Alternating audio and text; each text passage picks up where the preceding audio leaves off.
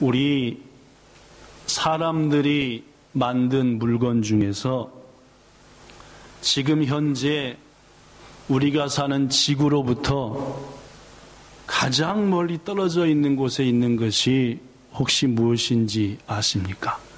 사람이 만든 것 중에서 이 지구로부터 가장 멀리 떨어져 있는 것. 얼마만큼 떨어져 있냐면은 180억 킬로 떨어져 있습니다. 180억 킬로니까 전혀 감이 안 오잖아요. 어느 정도 거리냐면은 지구를 45억 바퀴, 몇 억 바퀴요?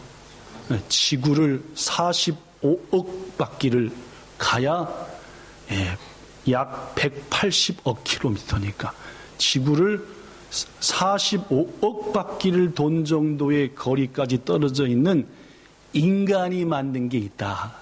혹시 뭔지 아시냐라고 지금 제가 여러분께 물어보는 겁니다. 인공위성. 그렇죠. 당연히 인공위성이죠. 그렇죠. 지금으로부터 42년 전인 1977년 9월 5일 날 지구로부터 우주로 발사된, 따라해 보십시오. 보이저 1호. 보이저라고 하는 뜻은 영어로 여행하는 사람, 바다를 항해하는 사람이란 뜻이 보이저입니다. 그러니까 항해한다, 여행한다 하는 것의 1호인 전기자동차 크기. 그러니까 우리 석환 집사님이 타고 다니는 차 있잖아요. 그죠? 그 차보다 3분의 2쯤 확 작은 전기자동차 정도 되는 크기의 보이저 1호. 그것이 지금으로부터 42년 전에 여기서 출발했는데 이것이 우리 인간들이 만든 것 중에서 가장 멀리 가 있는 겁니다. 자, 보이저 1호가 어떻게 생겼는지 이렇게 생겼습니다. 이렇게 펼치고 있죠. 이 크기가 요만한 전기자동차 정도 크기고 무게가 약 772kg이니까 제 체중의 10배쯤 되는, 그 정도 되는 보이저 1호. 이 보이저 1호는 금방도 말씀했던 것처럼 지구로부터 42년 전에 발사됐는데 지금이 있는 곳은 180억 킬로미터 떨어져 있고 거기는 어떤 곳이냐 하면은 따라해 보실래요? 헬리오시스. 시작. 헬리오시스. 시작. 태양권을 덮고 있다. 태양계를 덮고 있다. 태양계의 뚜껑, 이런 뜻입니다. 그 말 헬리오시스라는 것이, 즉 이 태양을 중심으로 많은 별들이 뱅글뱅글 태양을 도는데 우리 지구도 그죠? 그 태양의 힘이 가장 끝까지 미치는 곳이 아까 말한 헬리오시스라는 곳이고 여기는 상당히 두꺼워서 거길 열심히 통과해서 태양계 완전 바깥으로 가려고 달리고 있는 게 여러분이 금방 보신 보이저 1호입니다. 이 넓은 우주에는 도대체 어떤 것들이 있을까? 이 넓디 넓은 우주에는 도대체 뭐가 존재할까라고 하는 인간들의 호기심이 이 보이저 1호와 그의 교다인 보이저 2호를 만들었고 이것들이 지구를 출발한 지 약 40년쯤 되니까 여러 가지 사진들을 지구로 보내줍니다. 자, 그 중에 한 사진이 보이저 1호가 지구를 출발한 지 13년 만에 지구를 찍어서 보낸 사진입니다. 지구 보입니까?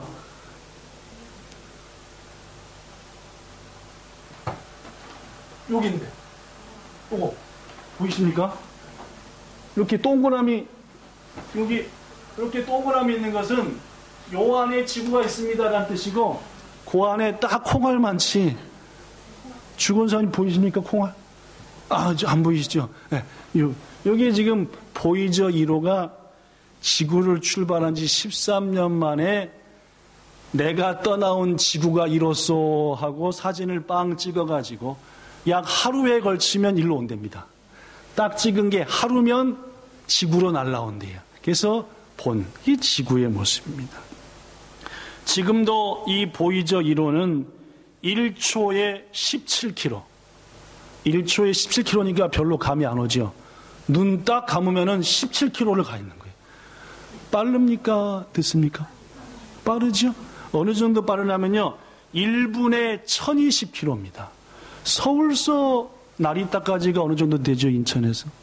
한 1200km인가 1100km가 되니까 우리가 인천서 나리타고만 오면 딱 2시간 비행기 타는데 이 보이저 1호를 타면은 1분에 딱 도착하는 겁니다. 얼마나, 이 보이저 1호가 얼마나 세게 달려가는지 아시겠죠? 신간세는 될 것도 아니고 비행기 타고 2시간 오는 길을 보이저 1호를 어떻게든지 묶어서 몸을 딱 타면은 1분 만에 딱 나리타 공항 내린다. 근데 내릴 때 좀 어렵죠. 던져야 되니까 위에서 그렇지. 왜냐면 이게 차니까 그게 좀 어려워서 그렇지. 1시간에 61,200km를 날아간다니까. 지구의 둘레가 4만 킬로니까 1시간에 지구를 한 바퀴 반씩 도는 속도로 지구를 등지고 우주를 향해서 막 몇 년째 42년째 달려가고 했던 곳이 도착한 게 지금 지구로부터 180억 킬로 떨어진 곳을 통과하고 있더라. 이 보이저 1호가 어떻게 지 혼자 날아가냐? 뭔가 힘을 얻어야 날아가지 않겠습니까? 그죠? 밥 줘야 밥 먹어야 가지요. 말도. 어떻게 날아가냐면은 이 보이저 1호 아까 보셨던 거에는電池, 배터리가 3개가 실려 있는데 그 배터리는 원자력 전지라 해가지고 플루토늄 238이라는 것을 실었는데 이 배터리 힘으로 지금 42년째 날아왔고 이 배터리 힘이 조사해 보니까 남은 게 약 6년치 남았대요. 6년치, 2025년이면은 세계의 플루토늄 배터리가 다 떨어지고 만듭니다. 그러면 이 보이저 1호는 더 이상 움직일 에너지, 힘을 얻질 못하죠. 그래도 불구하고 우리가 달리는 차는 누가 세우지 않은 한 계속 달린다라고 하는 법칙처럼 계속 관성의 법칙에 의해서 달려가긴 달려갈 겁니다. 그죠? 근데 제어도 안 되고 더구나 그쯤 되면은 지구와 보이저 1호 사이에 통신이 끊어진대요.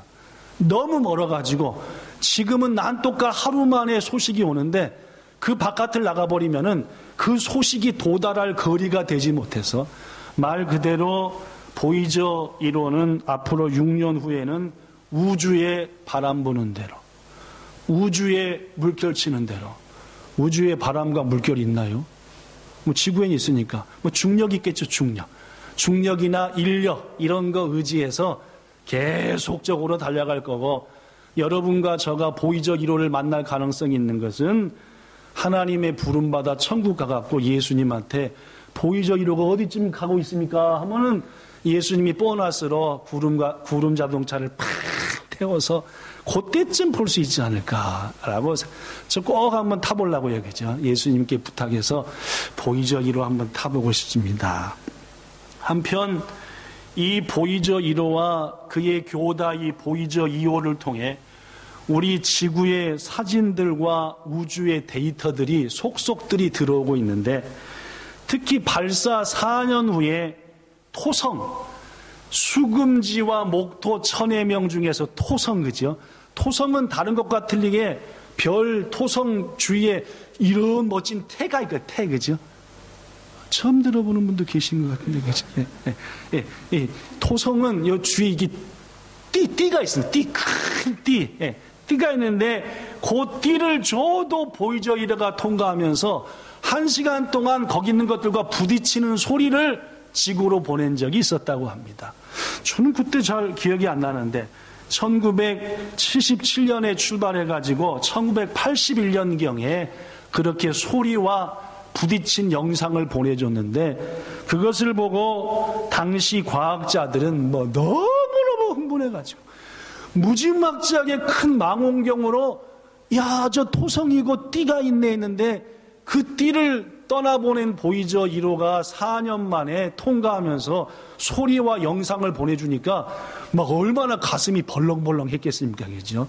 망원경으로나 보던 것을 지금 딱 통과하니까.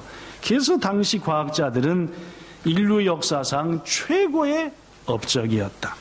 더구나 우리 인간의 힘이 얼마나 크고 위대하고 대단한지 와 했던 그런 때가 저 보이저 1호를 통해서 얻은 인간의 위대함, 자존심 이런 것들이었다. 그렇다면 여러분 정말로 우리 인간은 크고 위대한 존재일까요? 성도 여러분 잘 들으십시오. 지금 현재 머리 똑똑하다고 하는 모든 과학자들이 외치고 주장하는 우주의 크기는 약 460억 광년이라고 합니다. 제가 가끔 1년에 한두 번 이런 얘기를 하니까 여러분도 나래로 됐으리라고 생각하는데 460억 광년은 뭐냐면은 빛이 460억 년을 달려가야지 도달하는 거리다. 빛이 달려갑니까? 물론입니다. 불을 딱 켜면은 불이 우리 눈에 보이기까지 걸리는 시간, 이게 빛이 우리한테 오는 시간입니다. 그죠? 예를 들면은 운동장 저쪽 편에서 누가 박수를 치면은 박수를 침과 동시에 내 귀에 딱 소리가 들리는 게 아니라 치는 게 딱 보이고 1초쯤 있다가 딱 소리가 나요. 그런 거 경험해 보신 적 많이 있죠? 별로 박수 안 쳐봐서 모르시는. 그렇습니다. 왜 그러느냐? 빛의 속도는 빠르고, 즉 우리가 빛을 통해서 저분이 박수 쳤네 하는 거 보면 빠르고, 소리의 속도는 빛의 속도보다 훨씬 늦으니까 치는 모습은 순식간에 봤는데 소리는 거기서부터 막 달려가지고 하니까 1초 후에 딱! 라고 소리 나는 거예요. 뭔 말씀인지 아시겠죠? 그죠? 우리가 말하는 소리가 하는 순간 저 끝에 금방 들리는 게 아니라 달려가서 저기서 하고 들린다. 그죠? 뭔 말씀인지 이해는 되시죠? 네. 이런 것처럼 빛이라고 하는 것도 달려오는 속도가 있는데 어느 정도냐? 1초에 30만 킬로래요. 시작. 1초에 30만 킬로. 오늘 하도 단위수가 크니까 뭔지 모르겠지만은 1초에 30만이라고 하는 것은 1초에 지구를 7바퀴 반 돈다는 말입니다. 지구의 둘레가 4만 킬로니까 하는 순간 빛은 지구를 7바퀴. 보이저 1호보다 빨라요? 늦어요? 아까 보이저 1호는 제가 1초에 그렇죠. 예. 1초에 불과 17, 몇 킬로, 10 몇 킬로 했지, 그죠? 예. 여기 넘어가 버렸다, 그죠? 예. 1초에 17킬로니까, 예. 지구 한 바퀴 도는데 약 1시간 반, 1시간에 지구 한 바퀴 반 도니까 1초에 7바퀴 반 도는 거하고는 상대가 안 되게 큽니다. 그래서 앞서 소개한 보이저 1호가 지금 180억 킬로 바깥에 있다는데 거기까지 가는데 몇 년 걸렸다 했던가요? 42년 걸렸는데 빛은 거기까지 가는데 얼마나 걸릴까요? 제가 계산을 해봤더니 17시간 만에 간대요. 42년 동안 보이저 1호가 새빠지게 그냥 막 1분에 나리따하고 인천을 왔다 갔다 하는 속도로 막 새빠지게 40년을 달렸는데 빛은 얼마 만에 17시간 1분 만에 딱 따라잡으면 돼. 네. 지금 보이저 1호 있는 데를 17시간 1분 만에 딱 따라잡고 보이저 안녕 하면 안 보여줘. 그렇게 돼버린다 그 말. 그 정도로 빛은 빠른. 이렇게 빠른 빛이 460억 년을 달려야 우주의 끝이래요. 그러니까 우주라고 하는 것은 상당히 크구나. 보이저 1호보다도 무지하게 빠른 빛이 몇 년이요? 1년이요? 아니요. 100년이요? 1000년이요? 만년이요? 억년이요? 아니요. 460억 년을 빛이 달려가야 우주의 끝이니까 얼마나 큰지 알 수 있습니다. 그렇습니다, 여러분. 이 넓은 우주에서 빛이 460억 년을 가야 될 정도로 넓다는데 거기서 이제 보이저 1호가 간 것은 손 한 묶음도 못 갔다 그 말이에요. 하나님이 볼 때 무지막지한 우주에서 욕소 여기 딱 가놓고 인간은 위대하다, 마하다라고 큰 소리 치는 것은 참으로 어리석은 일이다라는 얘기죠. 하나님께서 욥에게 이런 말씀을 했습니다. 욥기서 38장에 여호와께서 욥에게 말씀하여 이르시되 2절 무지한 말로 생각을 어둡게 하는 자가 누구냐? 3절 욥아 너는 어른처럼 허리띠를 묶고 지금 한번 당당하게 나한테 대답 한번 해봐라. 4절 내가 땅에 기초를 놓을 때에 즉 우주 만물을 창조할 때에 너 어디 있었냐? 내가 이 넓은 우주와 지구와 생명체를 만들 때 보기는 봤냐? 그런 것도 모르는 너가 요만큼 안 것 같고 무지하게 떠들어대는데 너 한번 얘기 한번 해봐라. 이게 욥기서 38장입니다. 하나님은 한 걸음 더 나아가서 욥기서 38장 31절에 말하기를 네가 묘성을 매어 묶을 수 있느냐? 여기서 묘성은 북두칠성을 말합니다. 이 북두칠성을 네가 확 묶어서 그것을 제어할 수 있느냐? 욥이 뭐라고 그랬어요? 들어본 적도 없는데요 라고 얘기했죠. 그죠? 또 하나님이 말씀하기를 네가 삼성의 띠를 풀 수 있겠냐? 삼성은 뭐냐면 오리온자를 말합니다. 네가 오리온자를 서로 묶어서 잘 공전하며 자전하고 있는데 그걸 네가 풀어헤칠 수 있느냐? 그런 거 알긴 아냐? 32절 네가 때에 따라 별자리를 만들고 즉 별을 만들고 있던 별을 낚으서 하고 이런 것들 네가 할 줄 알고 보기는 봤냐? 33절 네가 하늘의 궤도를 아냐? 법칙을 아냐? 34절 네가 목소리 크게 한다고 구름이 비가 되냐? 아니지 않느냐? 그러나 나는 이 모든 것을 다 만들었고 주관하고 있고 이끌어가고 있다. 너 그런 것도 모르면서 뭘 네가 의롭다, 잘났다, 난 똑똑하다, 옆에 사람한테 친구들한테 스트레스 팍팍 주고 이게 네가 말이 되냐? 누구한테 하는 말 같습니까? 그래서 욥이 아니라 우리한테 하는 말 같으잖아요. 그렇죠? 그렇습니다. 여러분 보이저 1호와 2호를 통해서 우리 인간들이 지난 42년간 보고 발견한 것은 엄청나게 큰 바닷가에서 요만한 소라 하나, 조개 하나 보고 호들갑 떠는 것과 별로 다르지 않다는 말입니다. 더구나 작은 조개 하나 봐놓고 바닷속을 싹 본 것처럼 허풍을 떨고 조개 하나 것뿐인데 바닷속에 사는 커다란 고래와 눈에 보이지 않는 미생물까지도 다 아는 것처럼 허풍 떠는 것과 우주에서 조금 간 거 가지고 다 아는 것처럼 하는 거 비슷하다 그 말.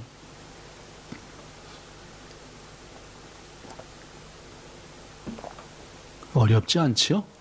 네, 평소에 다른 설교를 가끔씩 이런 설교를 하니까 그죠?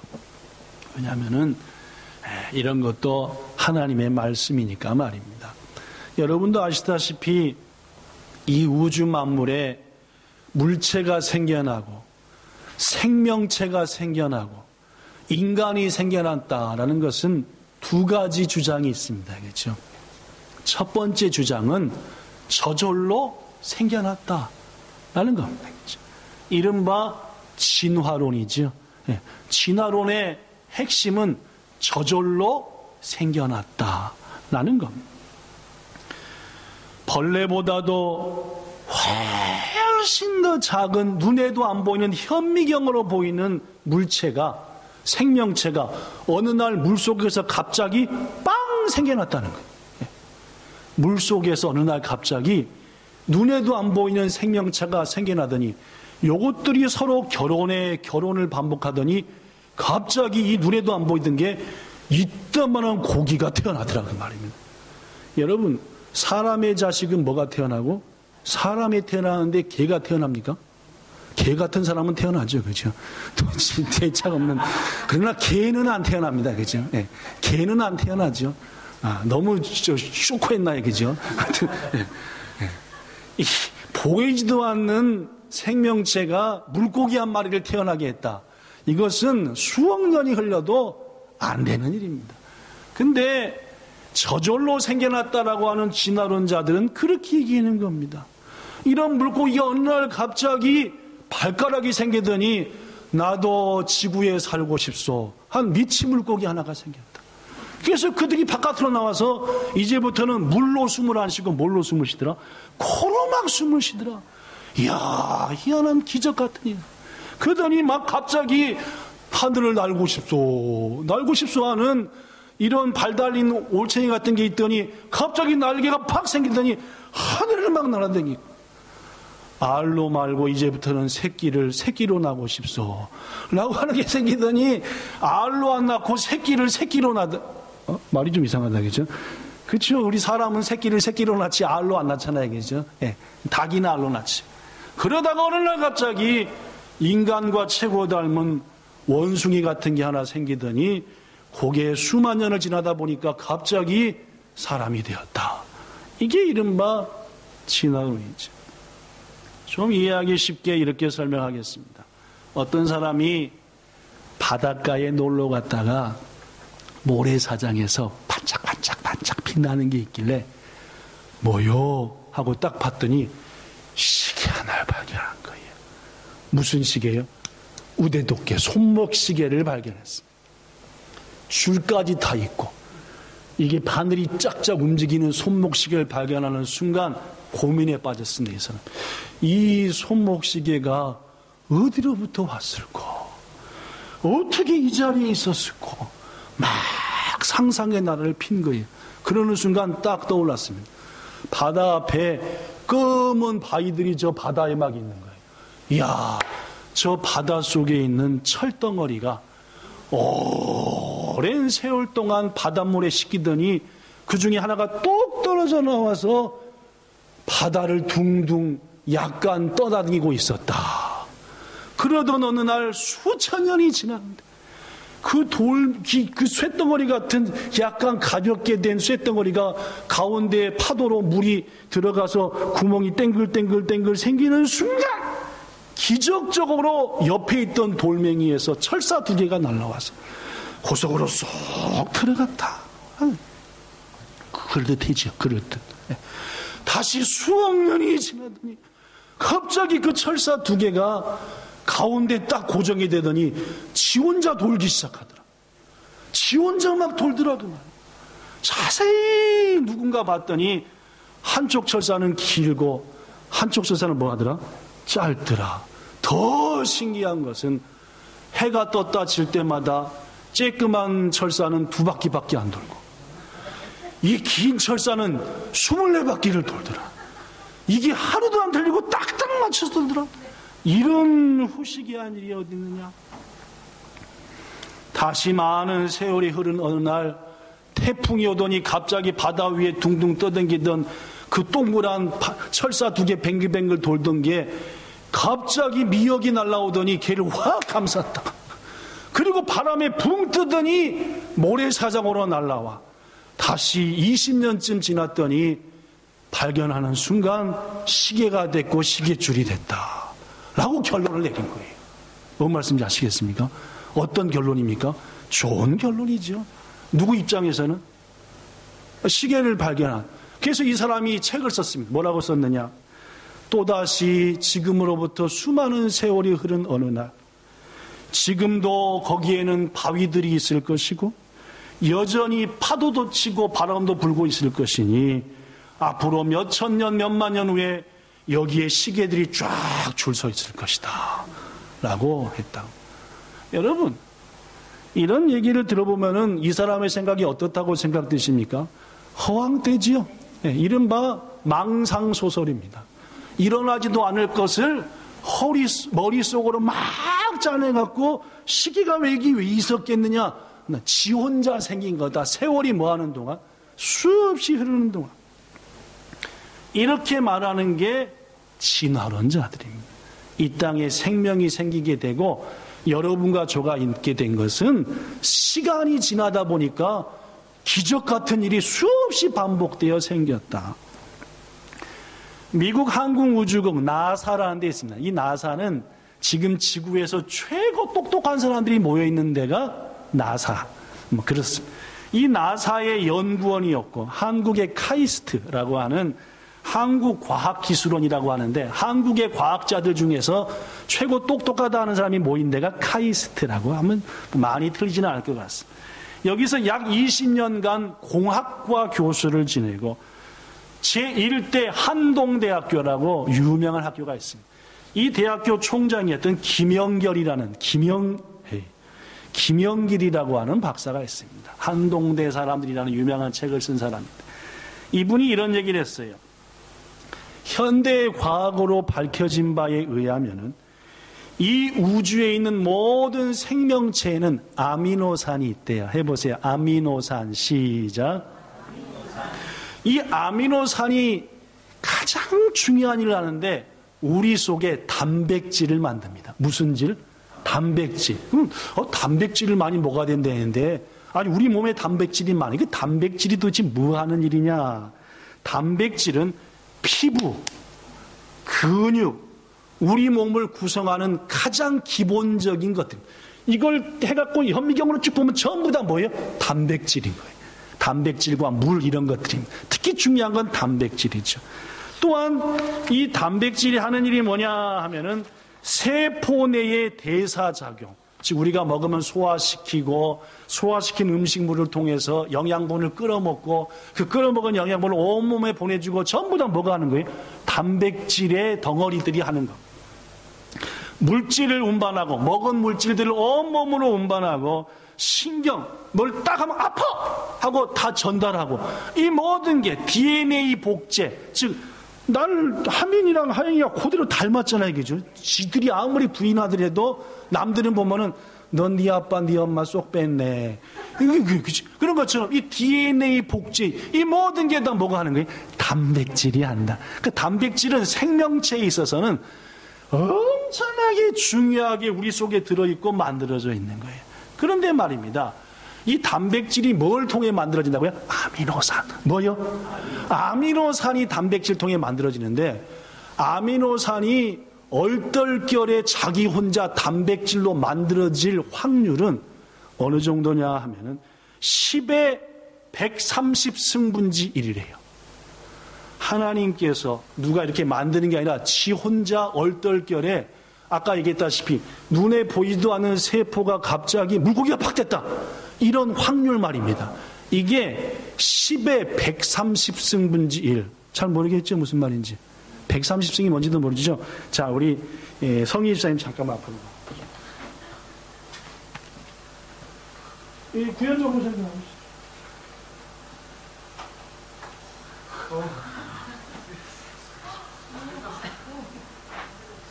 이렇게 써야 돼, 이렇게.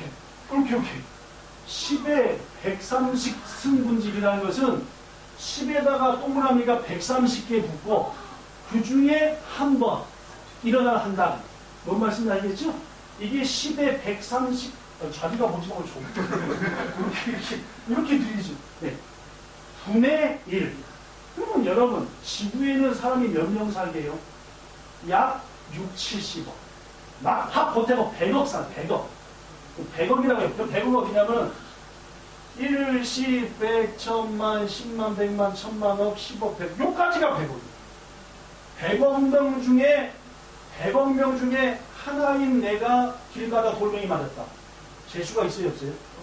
여기 100억 명 중에 내가 돌멩이 하나 맞나? 이런 일이 냈다 일어나요, 안 일어나요? 100억 명 중에 하나 맞는 것도 안 일어나죠? 근데 이거 뭐라고요? 동그라미가 100억은 11개인데 이놈의 동그라미는 130개나 있는데 130개. 이 중에 한 번 정도로 아미노산이 자기 혼자 단백질이 되기도 합니다. 그러면 이런 것은 과학적으로 안 일어난다라고. 그저 과학적으로 따져보니까 이런 거지 이렇게 많은 경우 중에 한 번밖에 안 일어나는 것은 아니라는 거예요. 여러분 병원에 가가지고 암 진단을 받았는데 당신 5년 내로 30% 죽겠소. 라고 하면 5년 내에 열의 3번의 확률로 죽는다는 말이거든요. 그 말 들으면 어떻게 돼요? 난 죽어. 열 중에 몇 번이니까? 3번이니까. 근데 이건 이렇게 많은 중에 한 번 죽겠어 하면 안 죽는다는 얘기예요. 그런 얘기예요. 가주세요.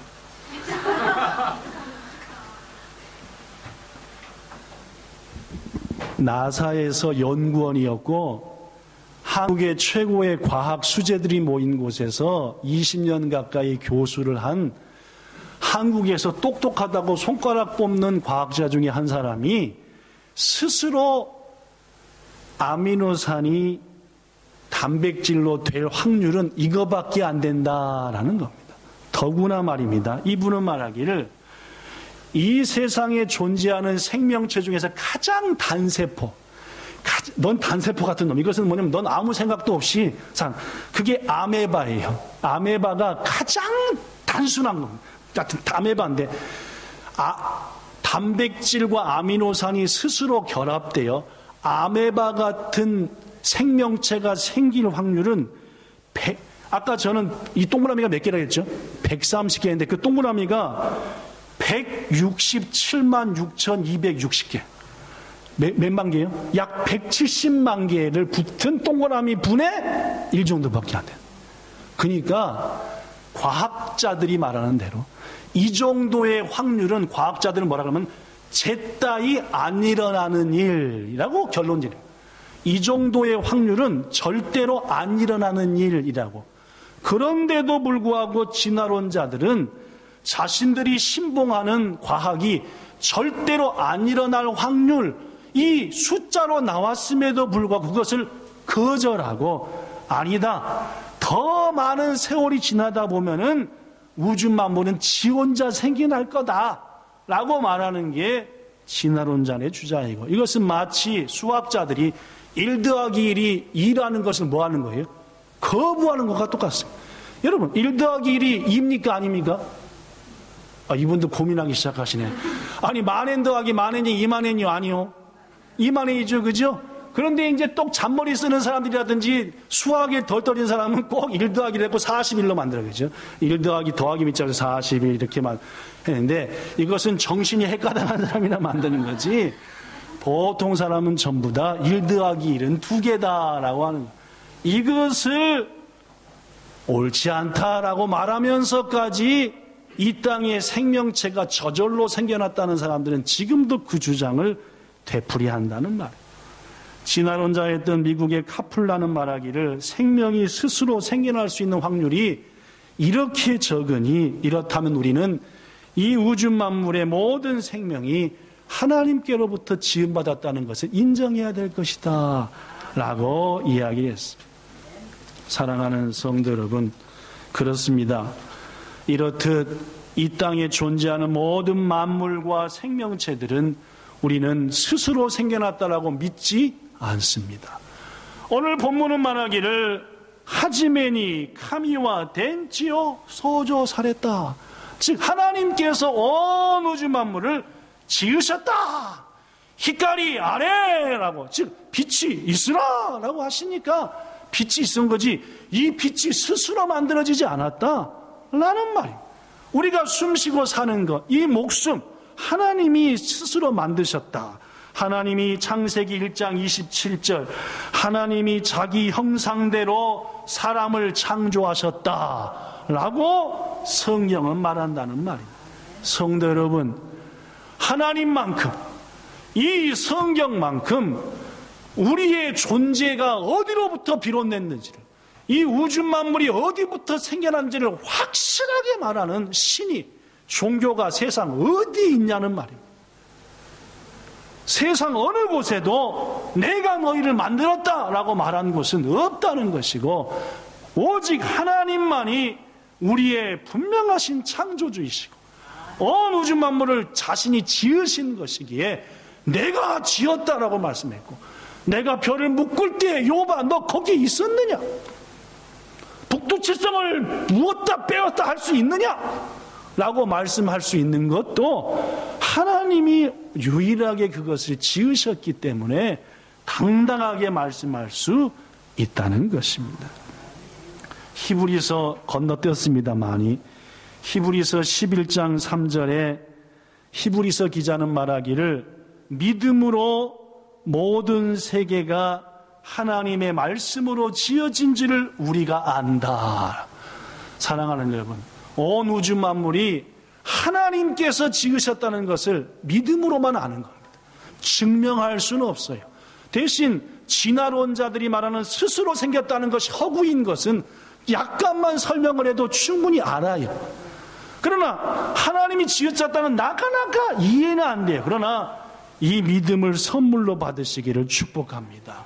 믿음은 하나님의 선물이고 그 믿음은 하나님이 우주 만물을 지었다는 것을 믿게 만드는 능력이 있는 것이고 저에게 여러분에게 있는 그 창조주 믿음, 창조신앙을 이 시간도 하나님께로부터 선물로 받아 더 이상 세상에 우왕좌왕되지 말고 우연히 얼떨결에 재수가 좋아서 그런 말은 입에도 담지 말고 모든 일은 하나님이 하시는 일이다.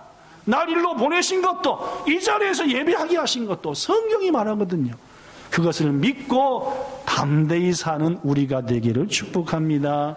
마지막 부분의 말씀을 드립니다. 여러분, 그렇다면 하나님은 왜 우주 만물을 지으셨을까요? 왜 우리를 만드셨을까요? 이게 중요하죠. 이게 가장 중요합니다. 내가 하나님께로부터 비롯됐다면 왜 나를 이 땅에 보냈냐는 거죠. 왜 우주 만물을 지었냐 그 말입니다. 시편 19편 1절에 보니까 하늘이 하나님의 영광을 선포하고 궁창이 그 손으로 하는 일을 나타내는도다 라고 했습니다. 하나님이 지으신 우주 만물을 보니까 그 만물들이 하나님의 영광을 뭐예요? 막 선포하고 나타낸다는, 파도가 치고 물결이 흐르고 폭포가 떨어지고 보이저이로가 날아가는 가운데 그것을 지켜보는 별들, 이 모든 것들이 뭘 나타내요? 하나님의 영광을 나타내더라. 그렇습니다. 우주 만물 모든 것들은 뭐 할 목적으로 지음받은 겁니까? 하나님을 영화롭게 하라, 그분을 높이라, 그분을 찬미하라 라고죠. 그렇다면 우리 인간은 가장 나중에 지음받았는데 그걸 다스리고 정복하라 했는데 뭡니까? 이사야서 43장 7절 내 이름으로 불려지는 모든 자, 내 영광을 위하여 창조한 자들을 이루게 하라 라고 말씀. 여러분과 저는 뭘 위해 창조했다고요? 내 영광을 나타내기 위해서 창조한 자들.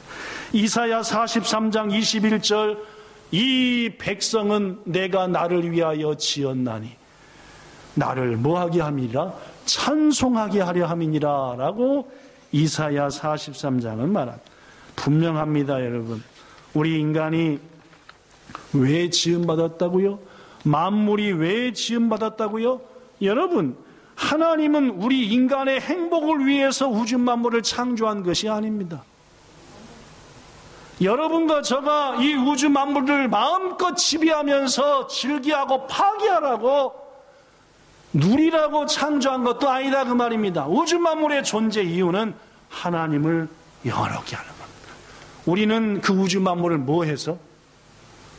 지휘해서, 그렇죠? 자, 우주 만물아, 하나님을 나와 같이 찬미하자, 영광 올리자 해서 이 땅에 존재하는 모든 것들로 하나님을 영화롭게 할 지휘자의 사명을 가지고 태어났다는, 그러니 착각해서는 안 됩니다.